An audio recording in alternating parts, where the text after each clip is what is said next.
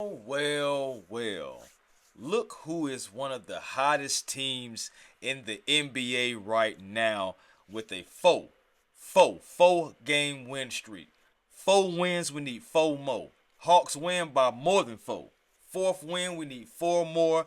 Welcome to Hawks Digest. I am Chris Tipmore, and it's all about these Atlanta Hawks. Four wins in a row.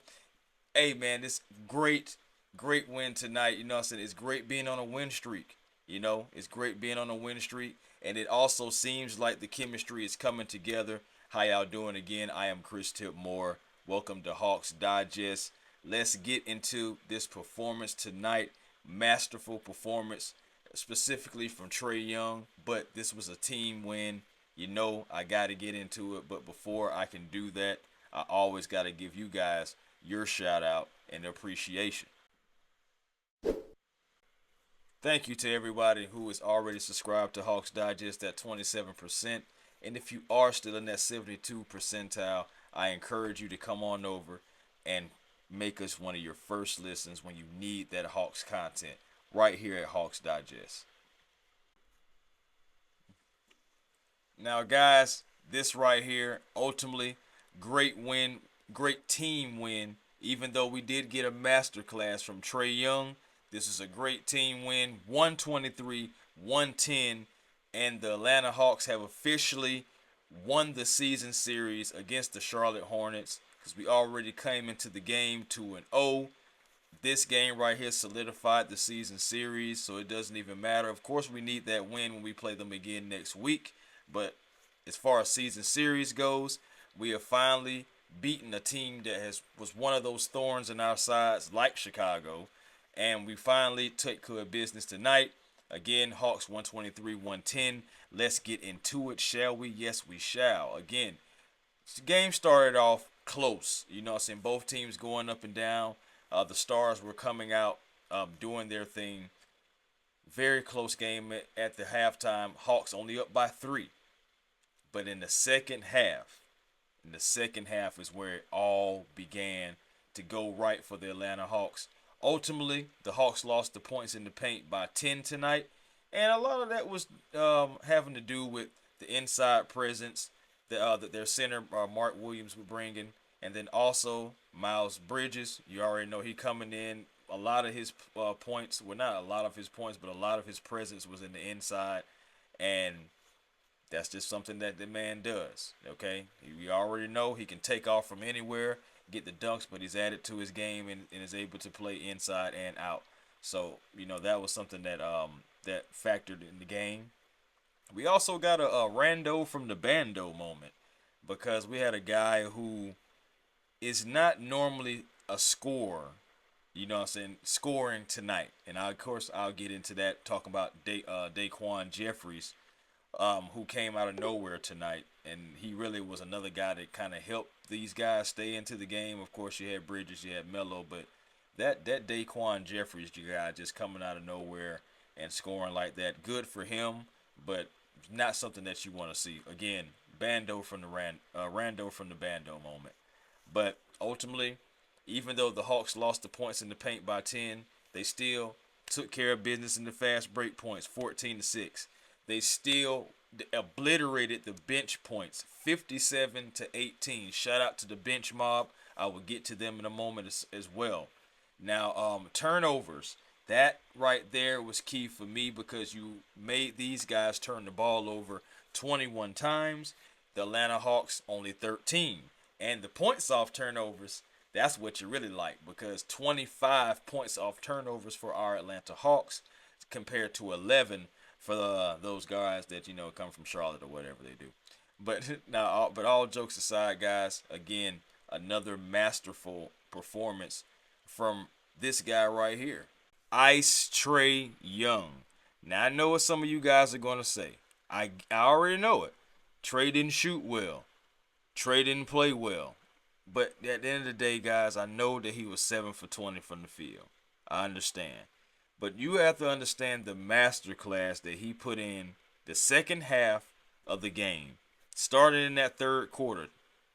Okay? You know what I'm saying? For one thing, he was getting to the line, baiting these guys into silly fouls. and getting to the line over and over again. In the fourth quarter, around the 8-minute mark, the Atlanta Hawks had these guys, the Charlotte Hornets, in the penalty, and they were shooting free throws for the rest of the game.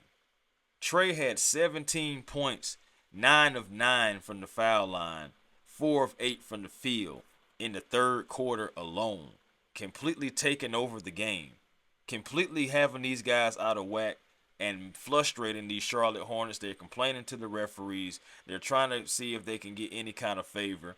It was not happening because Trey Young was in it again. And even in the fourth quarter, he had 9 points because he was 7 for 7 from the foul line. He only he was 1 for 4, but you didn't need much. Okay, you just didn't need it because it was in hand. And the Hawks as a team, they were moving the ball. They was communicating on defense as well. I'm noticing that, so that's something that has been going on. Like it seems like their chemistry and camaraderie as a team is starting to slowly come together.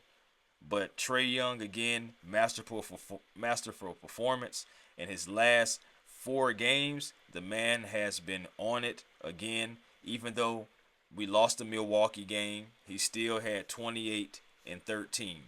Now, when the winning started, he had 22 and 16 versus the Indiana Pacers. Ran it back and was like, let me run up that point total just a little bit more. 36 and 8.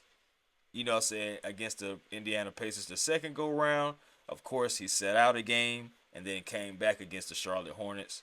And 35 and 12 for Trey Young on a game to where he hit 21, an unbelievable 21 of 21 foul shots because it's free. And I love it.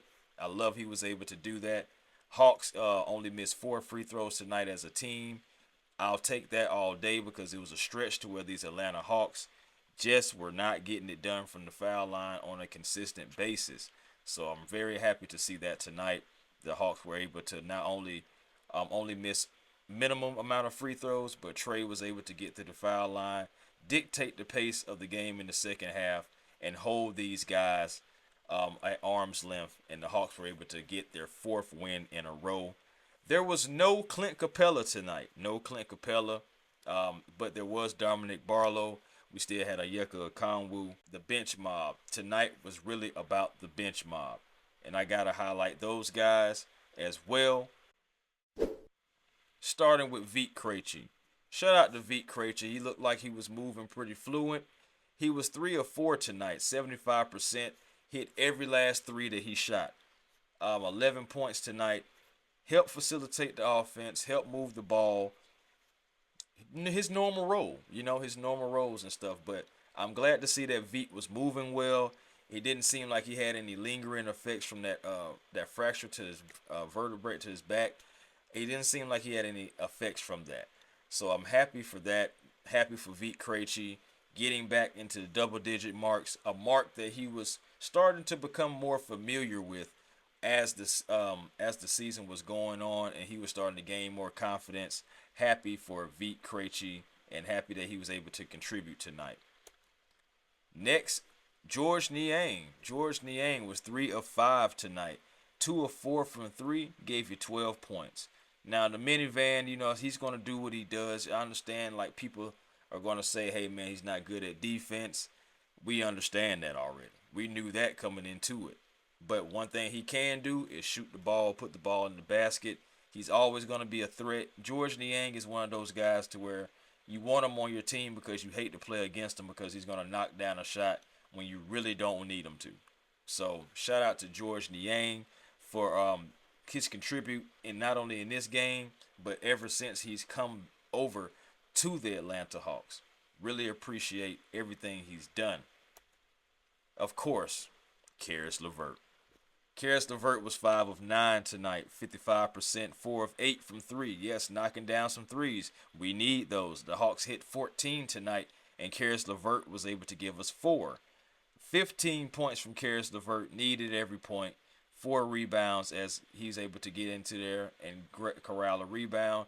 Couple of assists, but mostly you love the fact that he can put the ball into the basket, especially coming off the bench. Something that we was going to need after trading off DeAndre Hunter. But this guy, George Niang, and also Terrence Mann, who had 10 points tonight, by the way, and was 50% from the field. And also, he went 1 of 2 from the foul line, 1 of 4 from 3, but still 10-point game from him. His defense was key, and also I would say him helping facilitate the team on the offensive end, that was key as well too. But something that I'm just noticing is these guys are talking, these guys are communicating lately, just over the last 4 games. And speaking of that last 4 games, let me just tell you guys about our Atlanta Hawks when it comes to that. In the last 4 games, the Atlanta Hawks have a defensive rating of 116.4. Now that's better than normal, it's in normal stretches. Now for the season, right now they are 18th at 115.3 defensive rating. But in the last 4 games, they and including going against a team like the Indiana Pacers, a team that likes to run up the score, even though they didn't have Tyrese Halliburton, they still can put the ball in the basket. And I was very impressed of how they did not allow them to just go off on an offensive explosion in either game like that.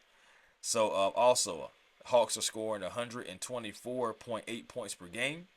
Also, the Hawks are averaging 45 rebounds, averaging 28.8 assists, 8 steals, mostly because of the great barrier thief Dyson Daniels, who also had another 5-steal game tonight. And that's just what he does. He's the great barrier thief. He's leading deflections by 100. I mean, he's almost close to 200 steals. The guy is just amazing, and honestly, he's so much better than even I thought he was going to be. When we traded for Dyson Daniels, I was one of the few people who actually believed that Dyson could come here and be a difference maker, and he has not disappointed me at all. If anything, he has exceeded so many expectations of myself and other few content creators that believed in Dyson Daniels. So just real quick, give him his flowers in that little instant. But 6.5 blocks. The Hawks are shooting 46.3% from the field. 49.1% from the field, but they make 46 shots on an average out of 94. That's what that is. And also 3-pointers made, we're averaging 12.3 out of 34.3. Percentage 35.8. Hey, look, I'm not going to complain about the percentage because at one point in time we had a stretch to where we was shooting 27% from 3. So 35.8, hey, I will take that. Also, remember I told you about the free throws. In the last 4 games, we're shooting 87% from the field as from It's Free as a team. Free throws made, 20 out of 23. We're averaging 23. We're making 20. Now, Trey Young's game tonight also helps with that. 21 of 21. That's going to help. True shooting for the Atlanta Hawks, 59.8. And also, as far as offensive and defensive rebounds, we're averaging, as far as how that breakdown goes for the 45 rebounds, we are averaging 32 defensive rebounds, 13.5 offensive rebounds, which brings it out to that 45.8. So, yes, the Atlanta Hawks, lately, they have been on it. We are on a 4-game win streak, beating the teams that you're supposed to beat. We had no business losing to the Charlotte Hornets tonight. I understand that in their own right, they had good games coming into this, couple of second half comeback wins, but not tonight against the Atlanta Hawks, who just wanted it a little bit more. Trae Young wanted it a little bit more, and we end up getting it. So happy about that, guys. We got to turn right back around. We got a day off, but we got to turn right back around because we do have a challenge coming up. The Los Angeles Clippers are coming to town to say hi, and we got to get our lick back against them because remember last time when we played them in LA, it did not go well for the Atlanta Hawks. This is our opportunity to right that ship, and I believe we're going to do it. But until next time, guys, peace and blessings to you all Hawks fans. And to you all, foe.